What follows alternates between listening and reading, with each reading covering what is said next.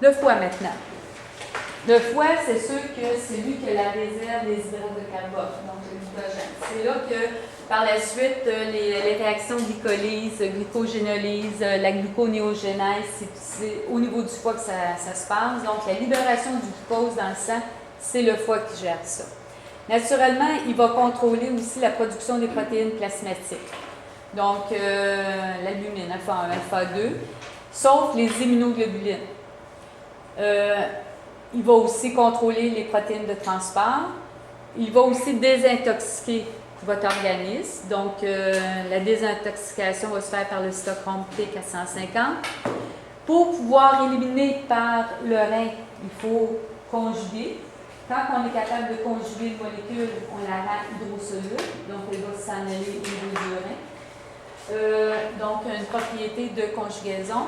Et aussi, il va excréter les sels biliaires, qui, dans les sels biliaires, on va retrouver aussi comme le cholestérol qui va être excrété dans les selles. Métabolisme de la bilirubine, ben, c'est pas compliqué. Donc, on part de l'hème. Donc, l'hème va libérer le pigment, un pigment jaune qui est un déchet, qu'on appelle la bilirubine. Donc, la bilirubine, on en fabrique à tous les jours. Cette bilirubine-là, elle ne peut pas voyager toute seule. Elle a besoin d'un moyen de transport. Et son moyen de transport, c'est l'albumine.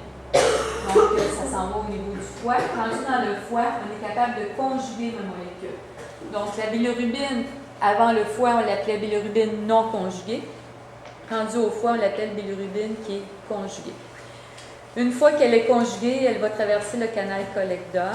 Et par la suite, il y a un 5% par un système réticulo-endothélial va revenir dans le sang.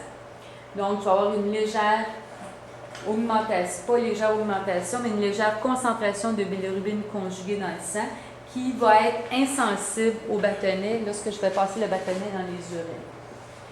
Cette bilirubine-là conjuguée, donc elle passe à travers le canal collecteur et arrive à l'intestin, où est-ce qu'on rencontre des bactéries. Et les bactéries, eux autres, ça va être la transformation de cette bilirubine conjuguée-là en urobilinogène, stercobilinogène. Et du moment que ça prend l'air, ça s'oxyde, donc ça va être une formation de urobiline et stercobiline. À partir de l'urobilinogène et stercobilinogène, oui, j'ai un autre 5% qui va monter au niveau du sang et qui va être filtré au niveau du rein. Donc, c'est pour ça qu'on va rencontrer quand même de l'urobilinogène urinaire. Et c'est ce urobilinogène urinaire-là qui va être détecté par le bâtonnet s'il y a une surabondance de urobilinogène. Donc, l'urobilinogène urinaire, elle est caractéristique à l'hémolyse. La bilirubine, elle, qu'on retrouve dans l'urine, c'est de la bilirubine conjuguée, n'oubliez pas, et elle est caractéristique à une obstruction biliaire.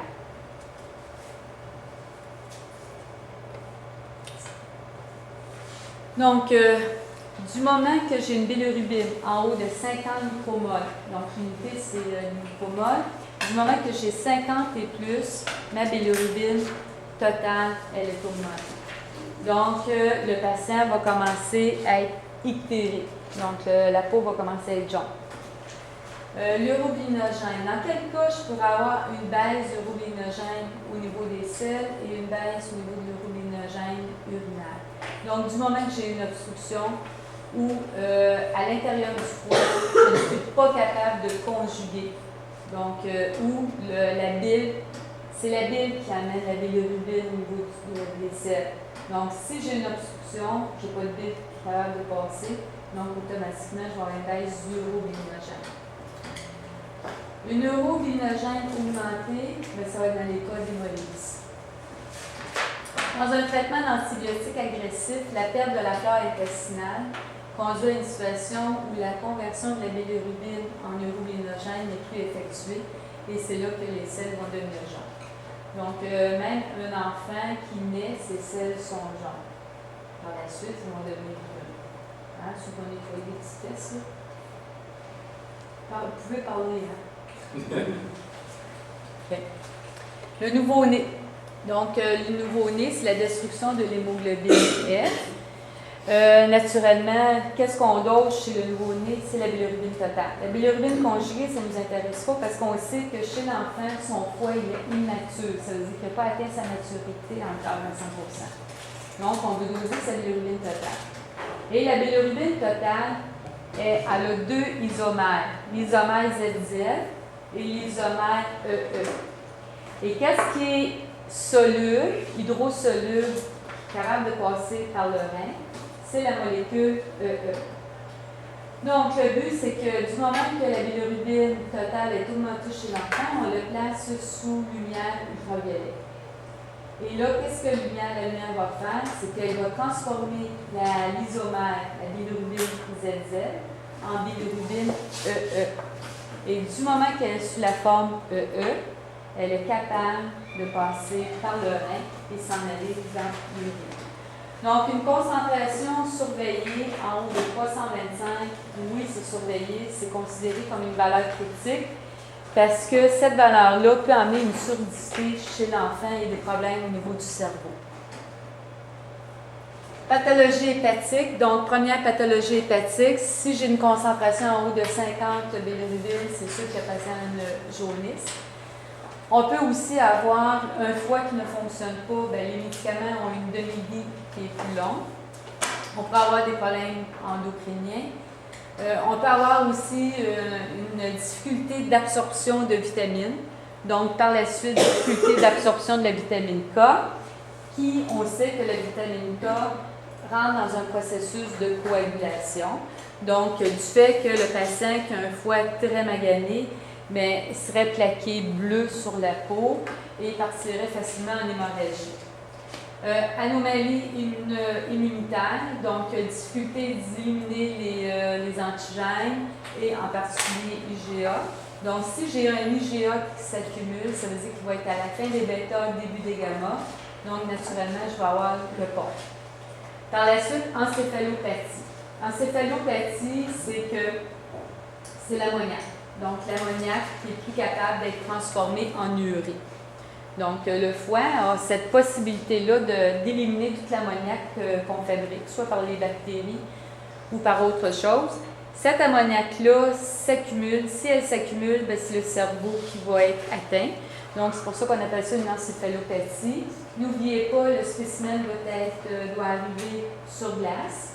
Donc, pas dans la glace, mais sur glace. Donc, sur le ice pack, la glace concassée. Naturellement, la glace ou le ice pack, il faut que ce soit fondu. Et c'est un tube à bouchon vert établi. Acidose lactique, donc c'est le lactate. Le lactate, tout patient qui est en souffrance, ou est-ce que le foie n'est plus capable de transformer, autrement dit, l'acidose lactique en molécules de glucose, le lactate va être demandé en test d'urgence.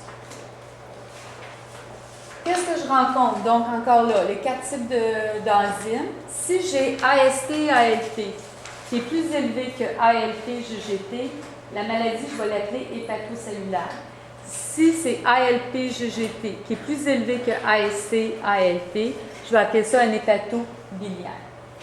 Hépatite aiguë. Donc, dans les hépatites aiguës, vous avez virale, donc l'hépatite A qui est, autrement dit, qu'on peut attraper à cause que tout simplement on est allé en voyage et que le cuisinier n'a pas lavé ses mains. Deuxièmement, l'hépatite B se contacte par le sang, l'hépatite C aussi. L'hépatite B, oui, le patient pourrait devenir chronique, mais comme qu'il peut aussi guérir, tandis que l'hépatite C va amener à la chronicité. Donc ça, c'est l'hépatite virale. L'hépatique, on a l'hépatite causée par les médicaments. Donc, quelqu'un qui a pris trop d'acétaminophène. Pas dans le but de faire un intox à l'acétaminophène, mais de l'acétaminophène pris à cause des problèmes d'arthrite, donc un abus qui amène un problème au niveau du rein. Donc, du moment qu'il y a une hépatite, la caractéristique principale, c'est que les transaminases vont rester toujours augmentées. Donc, AST et ALT. Naturellement, s'il y a une atteinte au point de vue biliaire, ALT, GGT va être légèrement augmenté, mais prime abord, ALT et AST. Une hépatite chronique, donc ça, on vient d'en parler pour l'hépatite B et l'hépatite C.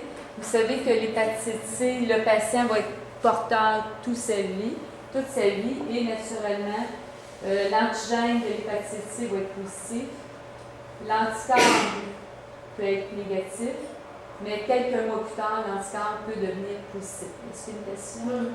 C'est bon?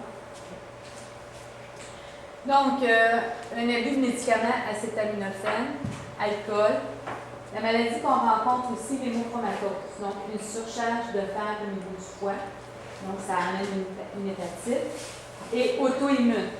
Faites un voyage, vous n'étiez peut-être pas trop en forme avant de partir en voyage, puis là vous avez attrapé quelque chose, votre système immunitaire était faible, et vous revenez, puis vous dites comment ça se fait que mes transaminases sont toujours augmentées.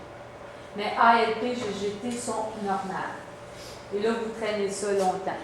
Donc ça, c'est une réaction auto-immune. C'est pas dangereux, vous pouvez vivre comme ça jusqu'à l'âge de 90 ans, il n'y a pas de problème, mais c'est toujours une persistance de l'élévation des transaminases. Une hépatite alcoolique, c'est sûr que c'est la GGT. Naturellement, si le patient fait abstinence, la GGT va revenir normale.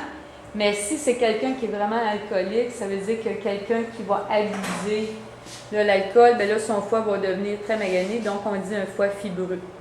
Il va être tellement fibreux qu'il n'y aura plus d'enzymes à l'intérieur de ses cellules, donc AST, ALT vont diminuer. Son cholestérol qui est supposé d'être éliminé par la bile dans le foie, mais la bile ne pourra plus passer par le canal cholecdoque, autrement dit, la vésicule biliaire ne pourra plus fournir sa bile, et le cholestérol va rester augmenté dans le sang. Est-ce que quelqu'un qui fait de l'hémochromatose peut avoir un foie fibreux? Oui. C'est malheureux, mais oui. Donc, ces gens-là vont avoir de la difficulté à digérer, vont avoir de la difficulté avec leur taux de glucose, donc ils vont probablement devenir diabétiques. Obstruction biliaire, ça on l'a vu. Maintenant, on va faire juste légèrement de l'immuno. Donc, l'antigène HBS, elle va sortir quand le patient est contagieux. L'antigène HBE, ça me dit le pouvoir d'infection chez le patient. L'antigène HBC, on ne le dose pas à l'hôpital. L'anticorps anti-HBS, donc autrement dit, est-ce que le patient est en train de guérir? Ou comme vous autres, vous vous êtes fait immuniser, on veut savoir la force de votre anticorps. Donc, vous allez doser à tous les ans ou à tous les 2 ans pour savoir est-ce que votre vaccin, vous devez vous refuser le vaccin. Et après ça, vous avez l'anticorps anti-HBE. Donc, si le patient commence à être moins contagieux, et l'anticorps anti-HBC, qui apparaît du moment que les premiers symptômes cliniques. Et naturellement, s'il est porteur chronique, mais là, on va s'en apercevoir avec l'anticorps anti-HBC, qu'on appelle le corps. Le corps, c'est le véhicule. Les dosages. Donc, c'est pas compliqué le dosage. On va doser la bilirubine totale, la bilirubine conjugée. La bilirubine totale, je vais commencer avec la bilirubine conjugée. Oui, vas-y. Est-ce que c'est possible d'avoir d'être HBS négatif? Oui. Et d'avoir des anticorps HBS? Si tu as des anticorps anti-HBS, ça veut dire que tu as été immunisé. Ça veut dire que tu as reçu un vaccin. Et sans le vaccin? Oui. Parce que autrement dit, l'antigène HBS, ça veut dire que tu es malade. Ton anticorps anti-HBS, ça veut dire que c'est passé quelque chose dans ta vie. Oui. Il peut être positif. Mais si on fait la détection de l'antigène HBS négatif? Oui. Ça veut dire que tu n'es pas malade en ce moment. Mais tu l'as été malade. Ça veut dire que ça te laisse une trace. Et l'antigène sera négatif tout le temps? Oui, c'est supposé être négatif. Si tu es guéri. Si tu n'es pas guéri, on va faire l'anticorps anti-HBC. Voir si c'est devenu chronique qu'on va faire. Mais l'anticorps anti-HBS, c'est juste, comment on dit, ça laisse une trace sur ton passé. Mais si c'est chronique, ça va être un anticorps anti-HBC qui va te dire.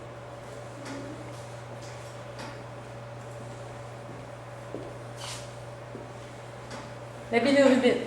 Donc, la bilirubine conjuguée, ça le dit conjuguée, ça veut dire direct.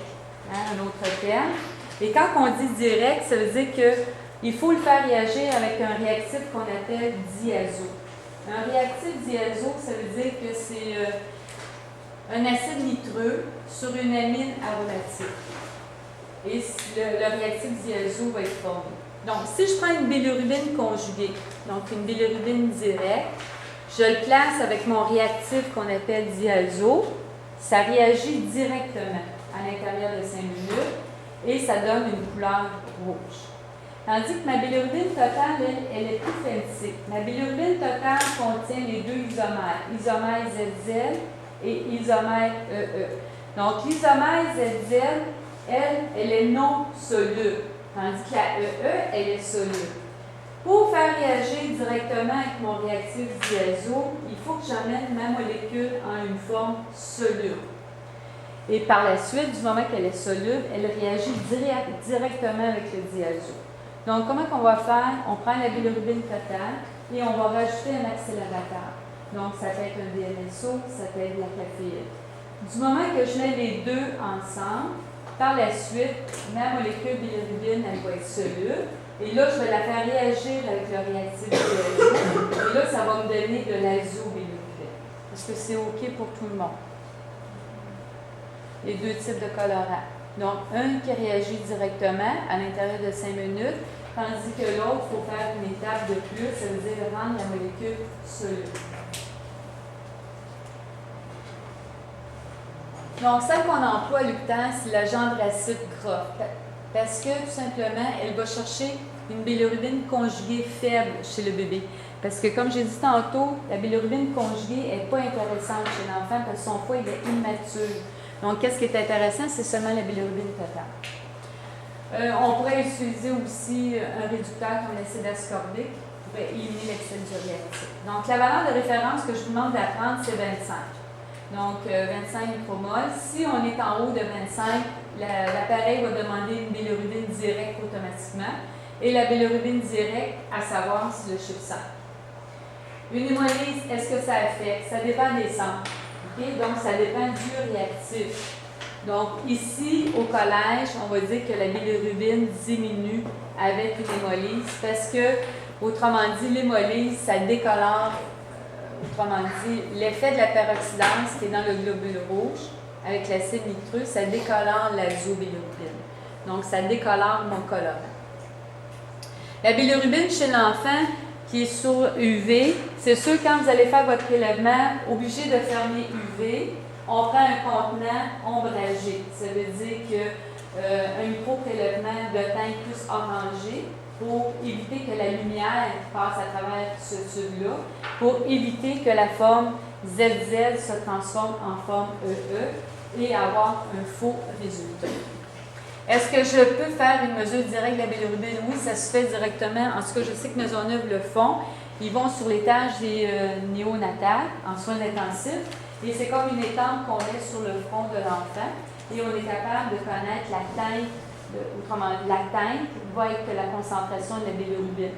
Donc, vous autres, à Maisonneuve, quand vous faites l'enregistrement, que vous voyez la bilirubine totale déjà inscrite sur une requête, bien, ça veut dire tout simplement qu'on a pris l'appareil, qui est un densitomètre, on l'a mis sur la peau et ça nous a donné un chiffre, mettons 225.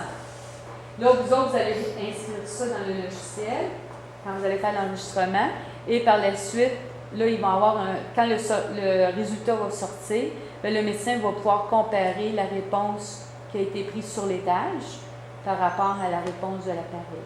Est-ce que d'autres centres qui le font?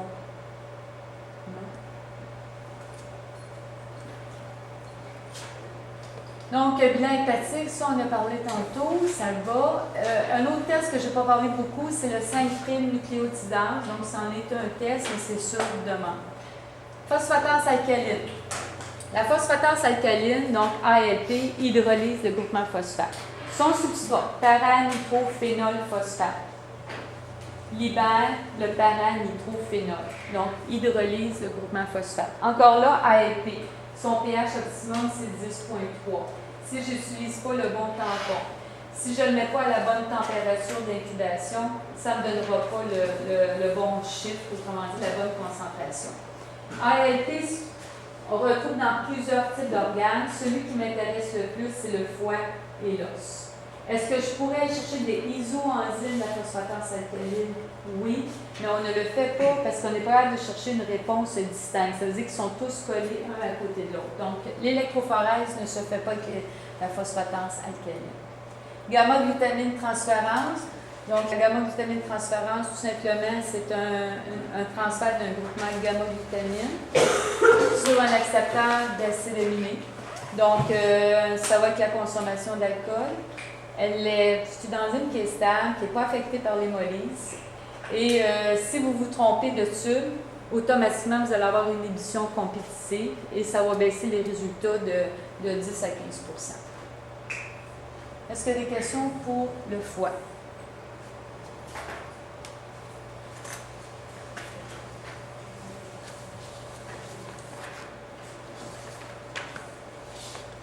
Aucune question? C'est quoi le substrat déjà pour la phosphatase alcaline? Le paramycrophénol phosphate?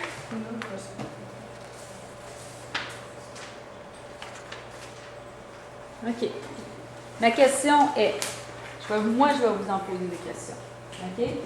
Une hépatite virale, est-ce que les 4 enzymes sont augmentées? Non, Alexandre? J'ai toujours dit qu'une hépatite, toujours avec les 4 enzymes. AST, ALT, ALT, GGT. Maintenant, dans une hépatite virale, quelle sera l'enzyme qui va être la plus augmentée? ALT. Bravo. Deuxième question. Vous avez une maladie chronique hépatocellulaire. OK? Ça veut dire que hémochromatose, auto-immunité, vous avez été faire un voyage. OK. Et là, maintenant, vous avez les tests. ALT, GGT, ALT, AST. 2 parmi ces 4 tests-là vont être toujours augmentés. Lesquels? AST et ALT. Donc, on appelle ça la persistance des transaminases lors d'une hépatite qui est chronique. Autre question. Le patient devient cirrheux. Donc, vous avez AST, ALT, ALP, GGT. Est-ce qu'ils vont être tous augmentés? Cirrheux, ça veut dire fibreux. S'il devient fibreux, ça veut dire que l'intérieur du foie va être magané et les canaux qui sont à l'intérieur du foie vont être maganés. Donc, les enzymes vont être tous augmentés, mais sauf que les transaminases vraiment être abaissées parce que c'est dépendant du degré que le patient y est rendu dans son état fibreux. Mais quelle sera la caractéristique pour une cirrhose? La caractéristique dans vos protéines, c'est la plus importante. L'albumine. Donc, l'albumine va être abaissée. Une cholestase maintenant.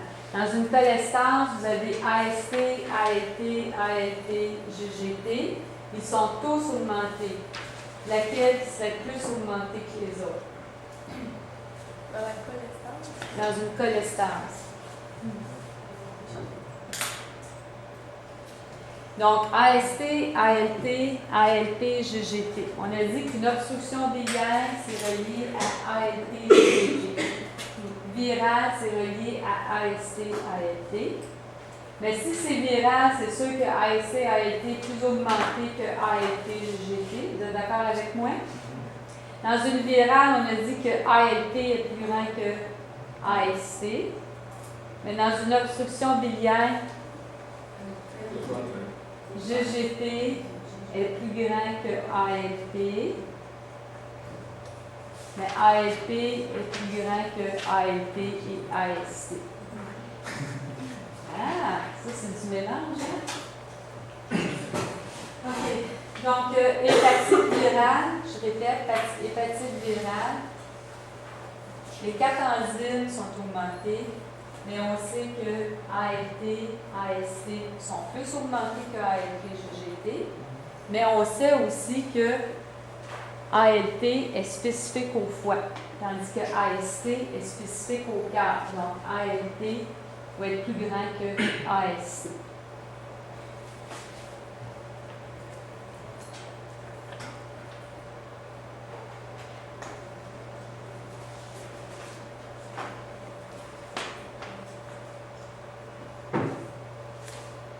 est-ce que...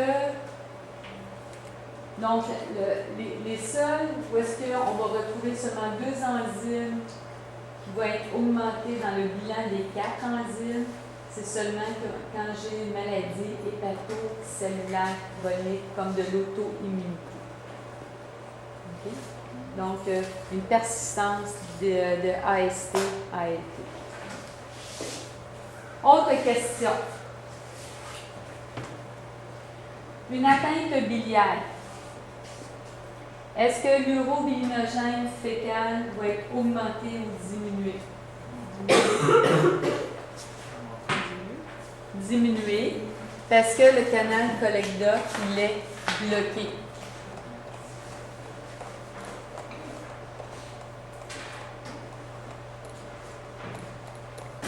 Ici, là, donc le canal cholédoque, ici, il est bloqué. Donc, la bilirubine conjuguée qui sort du foie, qui ne peut plus passer par le canal cholédoque, qu'est-ce qu'elle va faire? Elle va refouler dans le sang. Et si elle refoule dans le sang, elle passe par les reins, puis après ça, on va avoir une augmentation de la bilirubine conjuguée dans les urines. Donc, ma question était, lors d'une atteinte biliaire, est-ce que l'urobilinogène fécal, elle est diminuée ou augmentée? Elle est diminuée parce qu'elle n'a pas la chance de se faire transformer par les bactéries de l'intestin. Donc, bilirubine conjuguée, quand elle passe par la flore intestinale, elle se fait transformer en urobilinogène. Okay.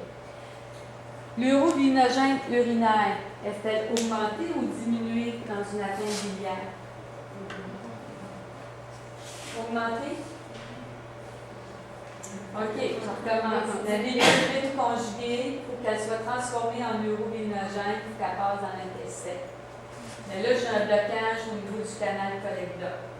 A-t-elle la chance de se faire transformer? Non. Donc, l'urobilinogène urinaire va être diminué. Et la bilirubine conjuguée, est-ce qu'elle va être augmentée ou diminuée? Augmentée, parce qu'elle refoule dans le sang, elle s'en va dans les urines.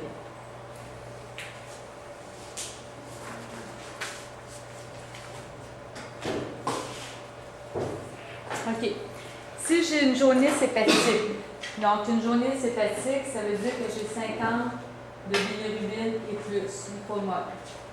Et si j'ai un problème de transport, est-ce que la bilirubine indirecte, c'est-à-dire libre, est-ce qu'elle va être augmentée ou diminuée? Elle va être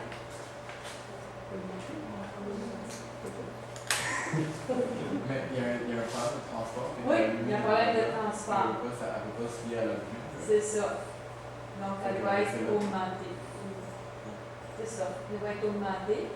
Si elle est augmentée et qu'elle n'a pas de personne pour transporter au foie, la bilirubine conjuguée, elle va être comment? Augmentée ou diminuée? Diminuée. Et comment va se comporter l'urobilinogène maintenant? Diminuée. Donc, il n'y aura pas de bilirubine conjuguée, donc pas plus d'urobilinogène. OK.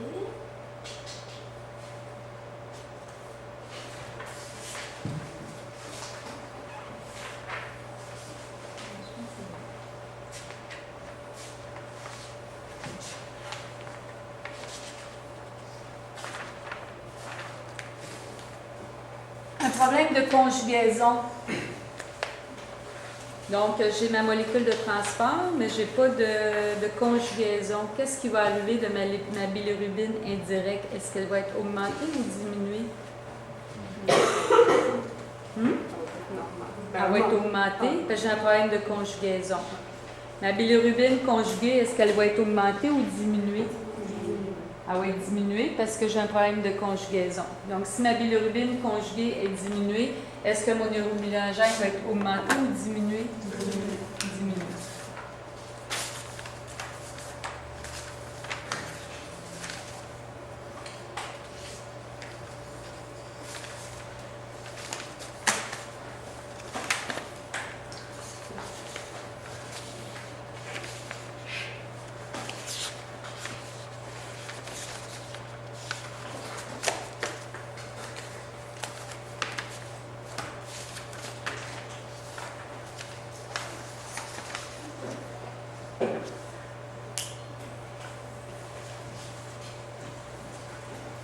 AST et ALT, c'est quoi leur valeur à eux autres, AST et ALT? La valeur de référence. Donc, on va retenir le chiffre 50. OK? Donc, le chiffre 50, AST et ALT. Est-ce que c'est important pour le médecin d'avoir une baisse de AST et ALT? On sait que si le foie devient fibreux, c'est sûr que je n'aurai pas beaucoup de transaminase, mes transaminases vont baisser. Mais le test le plus important, est-ce qu'il va demander un AST, ALT ou il va demander plutôt un ammoniac? Il va demander un ammoniac parce que l'ammoniac, c'est plus, autrement dit, ça définit vraiment que le foie il est vraiment fibreux. LDH, on a dit 150. Si on veut commencer à interpréter des résultats de patients, ça nous prend un petit peu de valeur de référence à retenir.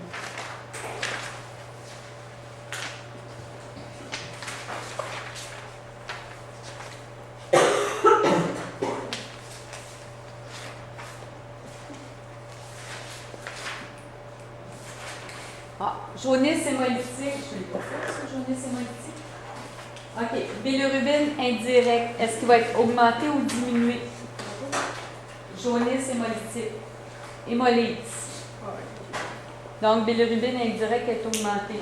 Est-ce que la bilirubine directe, elle serait normale ou légèrement augmentée dans les valeurs de référence? Elle serait légèrement augmentée dans les valeurs de référence parce que le foie a une capacité maximum de travailler.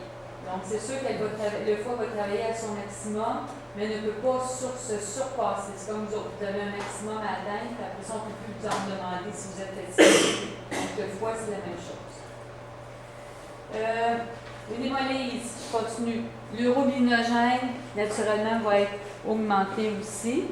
Et la bilirubine urinaire, est-ce qu'elle va être normale?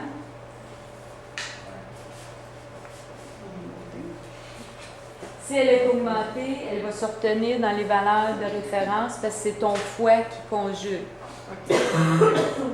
Donc, la caractéristique d'une jaunisse hémolytique, bilirubine indirecte augmentée, urobilinogène urinaire augmenté et urobilinogène fécal normal à une valeur haute. Mais la caractéristique, c'est urobilinogène urinaire augmenté.